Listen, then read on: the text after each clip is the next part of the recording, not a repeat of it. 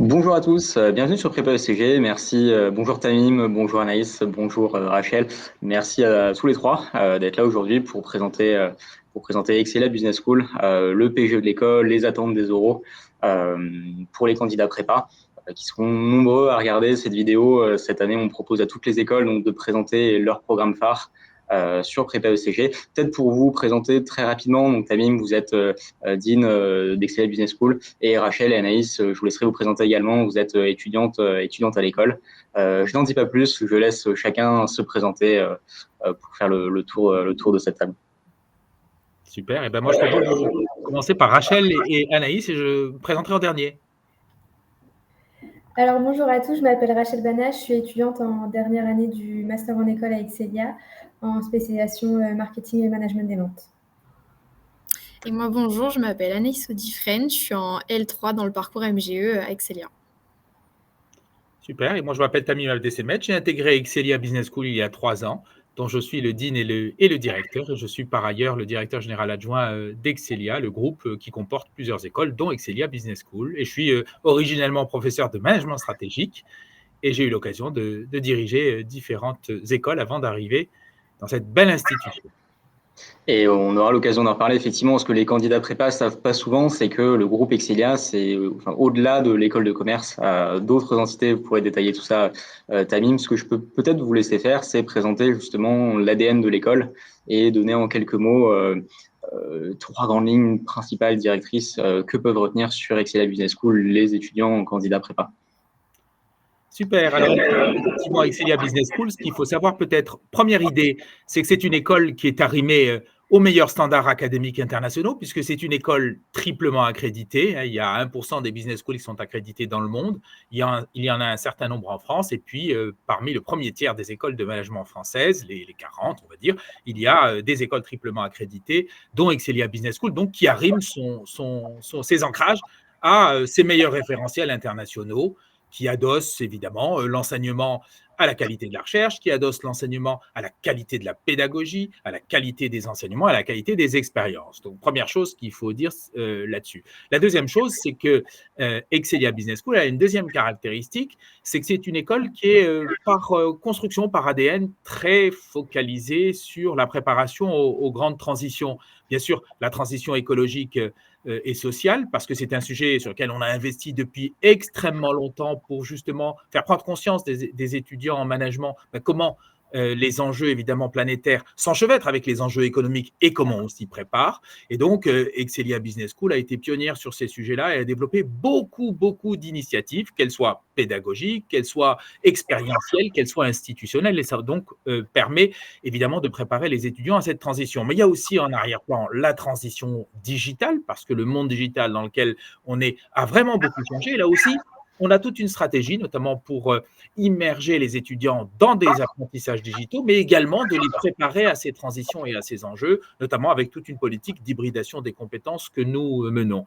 Et puis la dernière chose sur laquelle j'insisterai, c'est qu'Excelia est une école qui s'appuie de Excelia Business School sur 4 campus, et donc qui permet de développer une large variété d'expériences humaines et de vie d'étudiantes qui vont effectivement servir la transformation un peu de la personnalité des étudiants tout au long de leur cursus. Voilà ce que je pourrais dire en introduction sur les caractéristiques fortes d'Excelia Business School et qui Je pense que nous avons une petite coupure. rétroagir sur le programme grande école. Parfait, très clair. Bon, on a eu une petite coupure de connexion. C'est les aléas du direct, ça arrive évidemment, pas de souci. En tout cas, je pense que parler de transformation digitale, c'est curieux. eh ben, c'est les aléas du direct pour le coup. On est toujours servi lorsqu'il s'agit d'outils digitaux, mais je pense qu'on voit bien dans tous les cas les grands axes de l'ADN d'Excelia. Peut-être une fois n'est pas coutume, avant de passer à la présentation un peu générale de la structure du PGE, peut-être de la pédagogie de l'école, on peut parler tout d'abord des oraux, de ce qui attend les candidats qui vont passer les oraux dans quelques semaines, mais le temps passe tellement vite qu'on est plutôt dans quelques jours. Sur le campus de l'école. Est-ce qu'on a un profil type d'étudiant? Peut-être Rachel, Anaïs, quelle a été votre expérience lors des oraux prépa? Qu'est-ce que vous pouvez donner comme conseil, Tamim, éventuellement, aux candidats qui vont venir à l'école? Alors, on peut peut-être laisser parler Alice, qui en plus s'occupe du comité d'intégration des candidats qui vont venir passer leurs oraux à Excelia. Alors, moi, si je pouvais donner des conseils pour les oraux, ce serait déjà de bien préparer son oral, de se renseigner sur l'école, surtout de ne pas apprendre son oral par cœur, parce que si on a un trou de mémoire, ça peut être très compliqué de reprendre ensuite. Et de se faire confiance, puisqu'en soi, on s'entraîne toute l'année, surtout pour les oraux d'anglais et d'espagnol. Et puis, je pense que les écoles aussi organisent pour certaines des oraux sur l'entretien de personnalité. Et surtout, voilà, être souriant et être soi-même. Super. Je peux compléter? Allez-y. Allez. Bien. Non, mais juste pour dire qu'effectivement, tout ça résume assez bien. Mais l'idée, c'est que vraiment, il faut entrer en oraux comme on entre dans une véritable discussion un peu managériale. C'est-à-dire l'idée, plus important encore que ce qu'on va dire, c'est la manière d'interagir. Donc, il faut qu'on ait le sentiment de part et d'autre qu'il y ait eu un vrai échange, une vraie discussion qui est un avant et un après. Et donc, les vraies qualités, ça va être la hauteur de vue, la capacité d'écoute et donc la répartie, la forme de maturité. Voilà. Moi, je dis toujours un bon oral, c'est quand à la fin, personne ne s'est ennuyé et que chacun est sorti grandi de l'échange. Voilà. Donc, il faut tout faire pour que ce ne soit pas une espèce de truc artificiel où on a surpréparé. Il y a quelque chose qui se joue dans l'instant. Donc, il faut se donner toutes les chances pour que cette discussion se tienne bien dans l'instant et qu'elle enrichisse les deux partenaires. Et Rachel, peut-être si tu veux compléter, je crois que tu as pas mal d'éléments sur l'organisation des oraux. Peut-être rappeler juste quelles sont les épreuves pour les candidats, parce qu'on a tellement d'écoles que parfois on s'y perd un peu entre toutes les épreuves, ou comment se passe concrètement l'expérience étudiante lors des oraux sur le campus, de l'arrivée jusqu'au départ. Oui, Finalement. totalement. Alors, quand vous allez venir passer vos oraux à Excelia, vous aurez en premier un entretien de motivation qui dure 25 minutes. On va vous poser des questions sur votre parcours académique, des activités extrascolaires. On va aussi voir votre profil pour aussi se renseigner s'il est bien en adéquation avec nos valeurs, ce qui est très important au sein d'Excelia. Et par la suite, vous aurez à passer vos oraux de langue, donc en anglais ou en espagnol, comme on a passé avec Anaïs par exemple, mais ça peut être dans plusieurs autres langues. Les oraux se dérouleront sur le campus de Paris-Cachan et par la suite sur le campus de La Rochelle. Donc, en fonction de votre envie, vous pourrez venir passer votre entretien sur l'un de nos deux campus accessibles en PGE en L3. Plusieurs activités sont proposées lors de ces oraux. Je ne vais pas tout dire parce que je pense qu'Anaïs aimerait bien aussi garder la surprise pour dans quelques temps. Mais c'est vrai que La Rochelle, on a la mer, donc je peux vous laisser imaginer ce qu'on peut proposer comme activité. À Paris, on est un peu plus restreint, c'est vrai, mais il y a une équipe d'administrateurs qui est là vraiment pour vous aider à vous déstresser, à vous mettre à l'aise. Et si vous avez les dernières questions sur le programme d'Excelia, sur les aspects pédagogiques qui font la force d'Excelia, c'est vraiment le moment de se rapprocher des administrateurs comme Anaïs. Et alors justement, juste que je suis obligé de poser une question parce que tu parlais de valeurs à l'instant. Alors, si on peut donner un petit coup de pouce aux candidats, quelles sont justement les valeurs de l'école? Alors, on a 5 valeurs phares avec Excelia, donc, qui sont l'acronyme phare, donc le partage, l'humanisme, l'audace, la responsabilité et l'engagement. Si vous regardez un peu dans votre vie, dans vos expériences professionnelles, je sais qu'en prépa c'est un peu compliqué, ou dans vos activités extrascolaires, vous avez forcément vécu ou créé quelque chose qui est en rapport avec l'une de ces valeurs. Il suffit juste d'un peu chercher. Et alors, comment on fait pour avoir, parce que quand on est en prépa, on est peu dans les oraux finalement, on est le nez dans les maths, dans la géopo, dans l'économie. Comment on fait pour avoir cette prise de recul, et finalement cet aspect plus naturel qu'il faut avoir lors d'un entretien? Typiquement, vous en parliez tout à l'heure, Tamim, sur cet aspect davantage managérial que scolaire lors d'un entretien.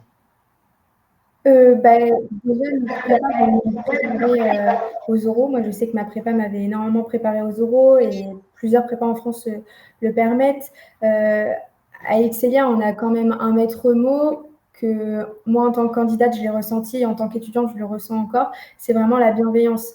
Les jurys, moi, n'étaient pas du tout là pour essayer de me piéger, étaient vraiment là pour apprendre à me connaître.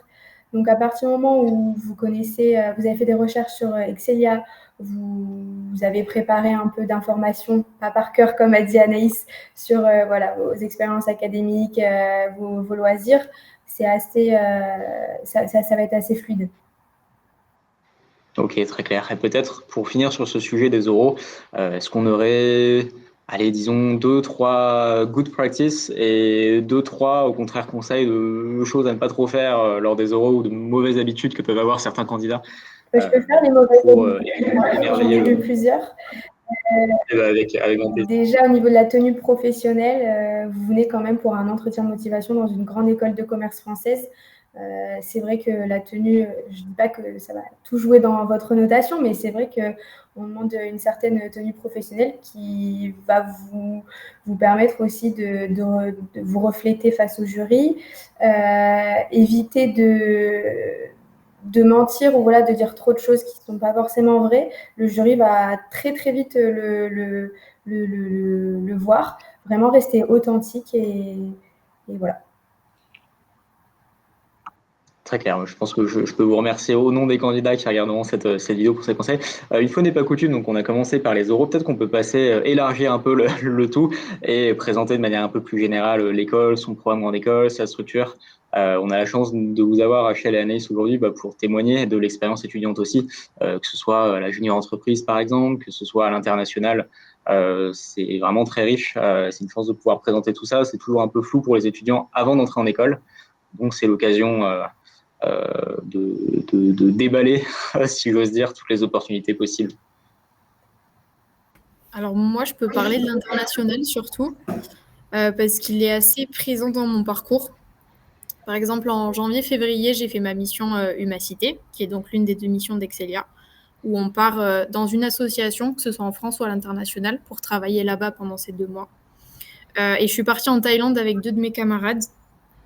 J'ai trouvé l'association grâce à Qui est où, qui était où.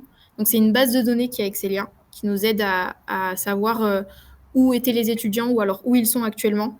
Et on peut les contacter, se renseigner, etc.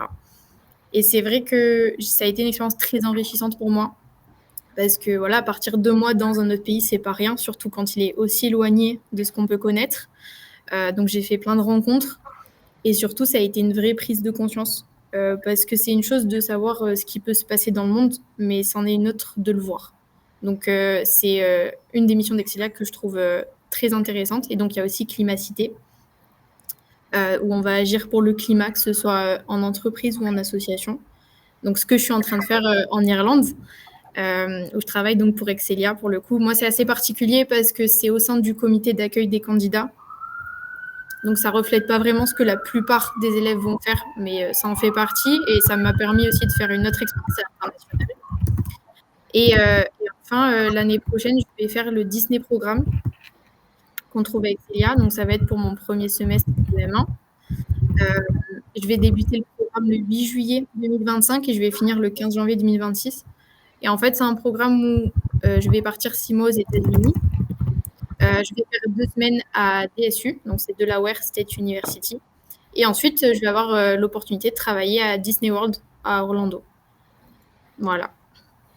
Ok, très clair. Je pense qu'en un seul témoignage, déjà, on a saisi toute la richesse possible du parcours à l'école. Peut-être, Tamim, si tu veux me parler un peu plus de manière globale du PGE, de ce que propose l'école, que ce soit en pré-master, en M1, en M2, ou même voir en année de césure. Oui, absolument. Alors, il y a dans la structuration du programme, bien sûr, il y a beaucoup de documentation, donc je ne doute pas que les candidats se seront appropriés les choses, mais juste pour décrypter, il y a bien sûr une forme de classicisme dans le programme, c'est-à-dire qu'il y a des grands passages obligés. La structuration de l'enseignement, elle est relativement claire. En L3, on va découvrir les sciences de management. On va commencer à s'insérer effectivement dans nos missions. Et puis en M1, dans la partie master, puisque le L3, c'est un pré-master au fond dans le référentiel international. En M1, on va évidemment avoir des contenus beaucoup plus avancés et dans une optique vraiment d'apprentissage de la décision managériale. Et puis en M2, on va aller vers tout un portefeuille de spécialisation qui va permettre de colorer et d'initialiser son parcours.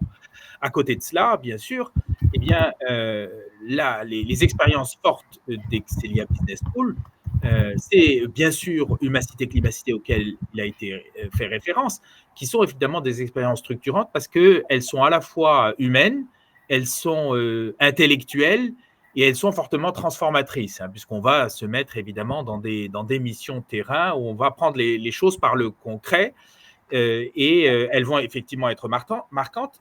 Expérience d'ailleurs qu'on a élargie, puisque depuis l'année dernière ou depuis 2 ans maintenant, on a initié ce qu'on appelle la Blue Education Experience, qui sont des immersions et des dispositifs liés à la problématique de l'eau, qui sont des problématiques qui sont bien sûr sociétales, qui sont planétaires, mais qui sont en fait des problématiques d'entreprise. Bon. Donc ça, c'est la deuxième dimension, une dimension expérientielle évidemment extrêmement forte. Et puis, j'allais dire ensuite, c'est une expérience de vie sur les campus et une expérience entre étudiants eux-mêmes. Je dis souvent, dans une grande école, une partie des apprentissages va venir effectivement des enseignements et puis d'une certaine manière du cadre conceptuel du management, mais une grande partie de l'apprentissage va venir du peer-to-peer learning, de l'engagement dans les associations, dans les initiatives qu'on va soi-même apporter. Et c'est d'ailleurs ce potentiel-là qu'il faut arriver à révéler dans les entretiens. Les entretiens ne sont pas faits pour obtenir, j'allais dire, des réponses justes à des questions extrêmement ficelées. Ils sont là pour justement initier l'idée qu'on est capable d'entrer dans de la projection, d'avoir des idées et effectivement de façonner son cursus à la hauteur aussi de ses ambitions. Donc l'école et le cursus sont là pour révéler les étudiants et les guider dans cette révélation progressive qui va leur permettre effectivement d'aller vers la construction de leur destinée professionnelle. Et puis la dernière chose que je voulais dire, c'est évidemment l'international. Alors l'international, là aussi, c'est pas un poncif du style « je vais faire l'international pour montrer que je suis capable de… » Non, ça c'est OK. Non, l'international, c'est quoi? C'est pour montrer qu'on a du souffle, qu'on regarde loin, qu'on n'est pas prisonnier de sa propre histoire, mais qu'on est capable de s'ouvrir à l'histoire des autres. Et donc, toute une série, effectivement, d'expérimentations et de possibilités sont offertes. Anaïs, visiblement, en a saisi déjà pas mal en relativement peu de temps. Donc, c'est peut-être une recordwoman des expériences vécues. Mais voilà, c'est tout ça pour dire qu'on souhaite aussi immerger les étudiants dans un international mindset quand on part à l'étranger, mais aussi sur nos campus. Par exemple, le dernier né des campus Excelia, le campus de Paris-Cachan, a particulièrement vocation à mêler beaucoup de nationalités différentes pour justement permettre aux étudiants d'avoir un état d'esprit et un raisonnement qui dépasse leurs propres frontières et les frontières de leur pays d'origine, si j'ose dire. Bon, je ne sais pas si tu es très clair, mais bon, je pense qu'on a à peu près… Si, tout à fait clair, mais justement, je reviens juste sur les campus, j'en profite. Souvent, une question qu'on peut se poser quand on est étudiant, comment on peut naviguer de campus en campus? Est-ce que ça dépend des spécialisations, des différents tracks qu'on peut choisir dans le programme? Est-ce que tous les campus sont accessibles à tous les étudiants? Est-ce qu'il y a des campus réservés à l'alternance? D'ailleurs, quid de l'alternance? On a 1000 sujets abordés possibles autour de tout ça. Alors, qui veut se lancer? La question est orientée vers moi, c'est ça ou pas? Non? Pour le coup, pour tout le monde, en fonction de l'expérience de chacun. Oui, donc moi, je peux juste dire une chose et puis je vais laisser Rachel et Anaïs compléter. Oui, la mobilité, maintenant, on a cette configuration multicampus depuis 5-6 ans. Cachan est plus récent, c'est 2 ans. Mais effectivement, on a tout à fait la possibilité d'imaginer, d'ailleurs, on commence à l'avoir, des étudiants qui font leur dernière année dans un autre campus que leur campus d'entrée, etc. C'est ni un passage obligé, c'est pas obligatoire, mais ce n'est pas du tout interdit. Donc, c'est un champ des possibles qui est permis. Et c'est vrai que toutes les spécialisations ne sont pas disponibles de la même manière sur les différents campus. Donc, il faut être un petit peu attentif à cela. Mais en même temps, on a 4 campus assez typés. Les campus Tours, Val-de-Loire, donc Tours et Orléans, c'est le centre de la France, c'est une certaine vie, c'est un accès au patrimoine culturel qui est particulier. La Rochelle, pour commencer à voir loin et à prendre le large, pour imaginer une carrière professionnelle, c'est très inspirant aussi. Cachan, on est dans un écosystème où on est vraiment très proche des écoles d'ingénieurs, et qui sont donc à Cachan ou à Villejuif, puisqu'on a développé un accord notamment de double diplôme avec les frais qui permet de construire un parcours en management de la transformation digitale qui est très riche et donc d'avoir accès au fond à un cluster d'enseignement supérieur à deux pas de Paris. Bon voilà, donc on a des expériences extrêmement diversifiées, mais qui partagent quand même les mêmes valeurs et la même approche pédagogique, c'est-à-dire qu'on a le même diplôme et le même programme grande école quand même, malgré la variété. Voilà, donc cette navigation sur nos différents campus, c'est aussi un plus parce que ça, tout simplement, ça permet de déclencher des choses et des déclencheurs de maturité et d'expérience assez variés. Voilà, c'est ça que je voulais simplement dire. Et justement, transition parfaite avec la pédagogie, peut-être Rachel, Anaïs, en termes de pédagogie, quel projet vous avez pu réaliser à l'école, quel cours vous a particulièrement plu? Pour le coup, c'est des questions que peuvent se poser les candidats prépa. C'est pas forcément intuitif de savoir à quoi on va être exposé une fois en école. Comment se déroule, comment vous définiriez la pédagogie d'Excelia? La pédagogie d'Excelia, quand on est pré-master, elle se rapproche assez des cours de prépa, dans le sens où voilà, on débarque pas dans une classe de 250 ou plus. On est vraiment par petit aidé. En cours de langue, on est encore plus divisé, donc c'est beaucoup plus simple pour apprendre. Les professeurs sont vraiment là à notre écoute. L'administration, c'est pareil. Ça va être des cours théoriques, donc en tant qu'ancienne étudiante de prépa avec Alice, c'est vrai que ça nous rappelle un peu la prépa. On avait l'habitude de ce genre de cours. Mais on va avoir aussi des cours de pratique avec des travaux de groupe. On pourra avoir des études de cas, des analyses d'entreprise à effectuer. On va avoir des business games où on pourra se mélanger avec plusieurs étudiants de la promo.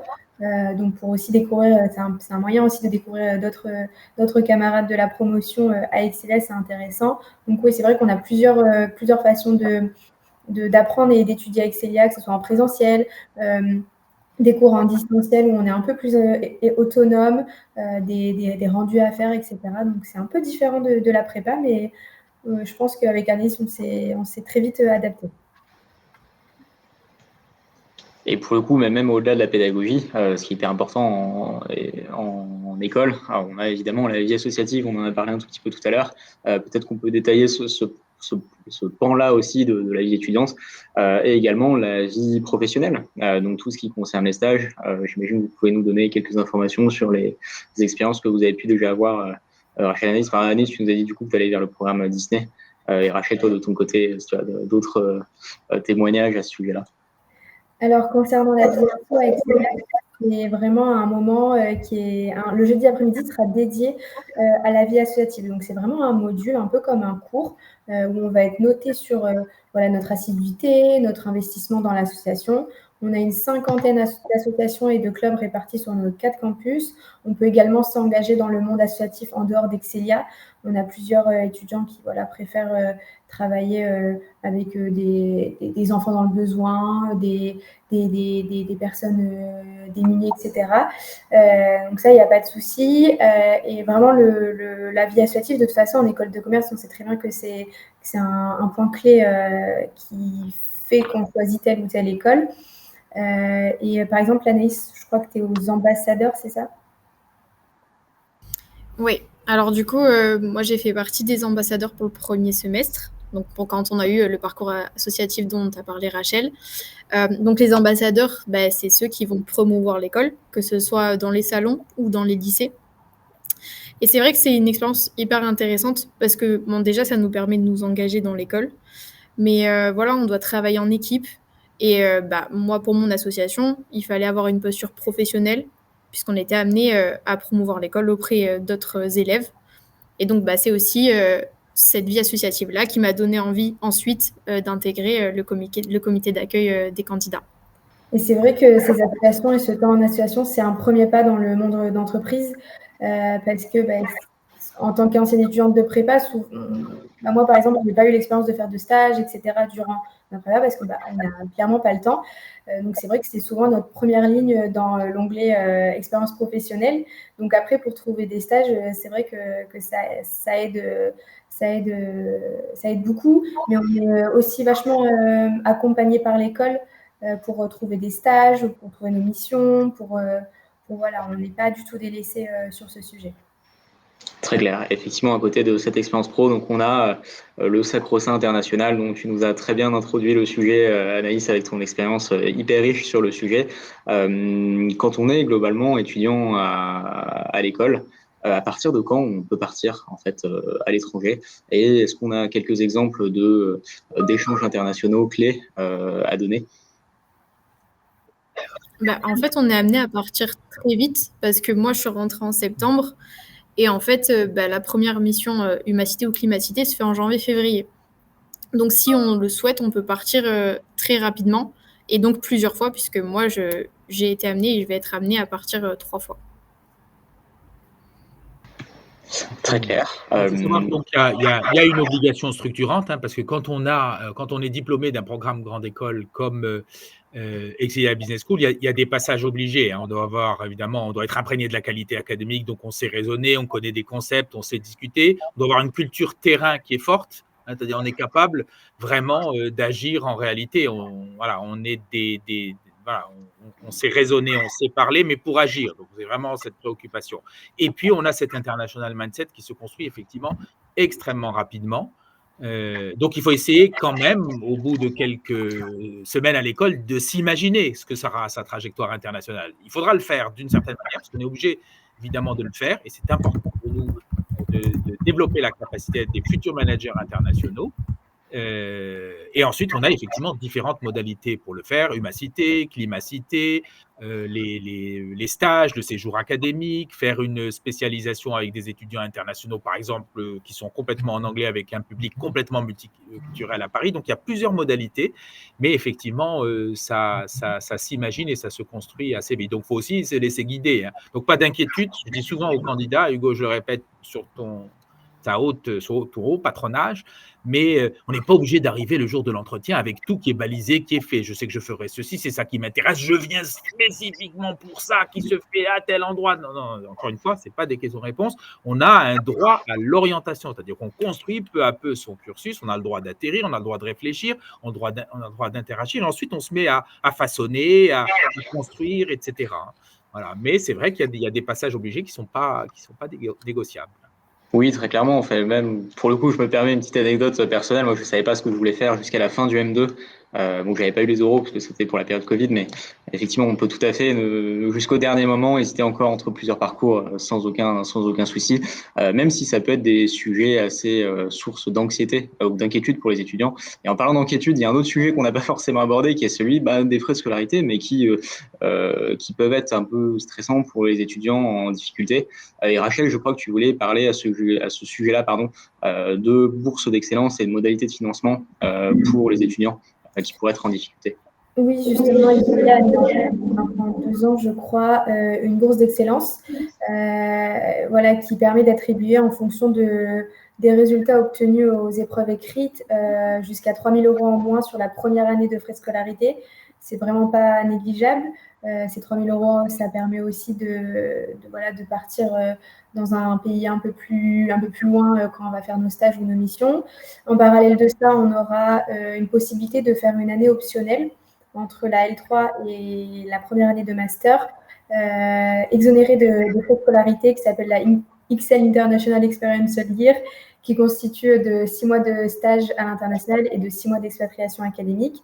Et enfin, une place attitrée en parcours alternance sur les années master. Effectivement, un dispositif qui peut être sacrément avantageux pour les étudiants qui… peut-être avant que l'on conclue, si jamais vous avez un dernier élément que vous souhaitez absolument partager sur l'école aux candidats qui vont regarder cette vidéo, c'est le moment ou jamais pour le coup de transmettre l'information. Venez passer vos jours. Anaïs a hâte Anaïs et toute l'équipe du comité d'ailleurs, je pense, a hâte de vous découvrir et de vous rencontrer, de vous faire découvrir Excelia côté académique, mais aussi côté plus un peu étudiant le reste de la journée. Ouais, c'est ça. On a préparé plein d'activités, plein de choses, que ce soit sur Paris ou sur La Rochelle. Et puis, de toute manière, si vous avez des questions, si vous avez des inquiétudes, il ne faut surtout pas hésiter. On sera là aussi pour y répondre. Et Tamim, peut-être, si vous le souhaitez, un dernier conseil pour les candidats qui passent les oraux avant de conclure ce live de présentation. Oui, je veux d'abord remercier évidemment Rachel et Anaïs parce que ce qu'elles ont dit est pour le coup exactement ce qu'on veut, c'est-à-dire des témoignages qui sont authentiques, qui sont fluides, qui donnent envie d'y aller.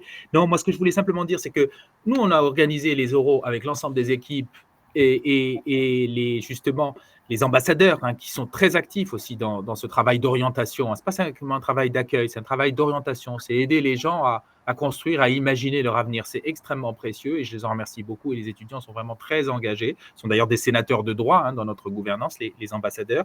Mais ce que je voulais simplement dire, c'est qu'on a tout fait, on organise les choses de manière à permettre aux étudiants qui vont venir passer les oraux de monter à bord, si j'ose dire, et ils comprendront pourquoi je dis ça. Et vous verrez que tout est structuré pour cela.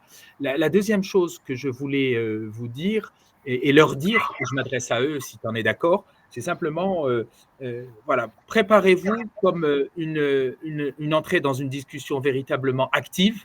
Voilà, préparez-le comme une véritable discussion, je le répète. Et vous avez un seul grand devoir, c'est le devoir d'initiative. Montrez-nous voilà, que vous avez des envies et que vous avez envie de construire des choses en interaction avec l'environnement qu'on va vous proposer. C'est beaucoup plus important que voilà, l'aspect je suis un bon étudiant, motivé, préparé. On le sait, tout ça, sinon vous n'en seriez pas là. Maintenant, c'est l'autre page qu'il faut écrire. Et pour ça, il faut venir dans cet état d'esprit. Voilà, c'est tout ce que je voulais simplement répéter. Et avec spontanéité pour les étudiants qui viendront. Et merci en tout cas pour tous ces conseils. Merci à tous les trois pour votre témoignage et pour la présentation de l'école. En tout cas, on souhaite effectivement bon courage à tous les candidats pour cette période particulièrement stressante des oraux. Mais c'est la dernière ligne droite avant de pouvoir intégrer, de pouvoir commencer finalement le début de la fin, je ne sais pas comment appeler ça, de leurs études. Mais merci à tous en tout cas, et donc à très bientôt pour d'autres lives sur PrépECG, et bon courage pour les oraux. Merci à tous. Merci.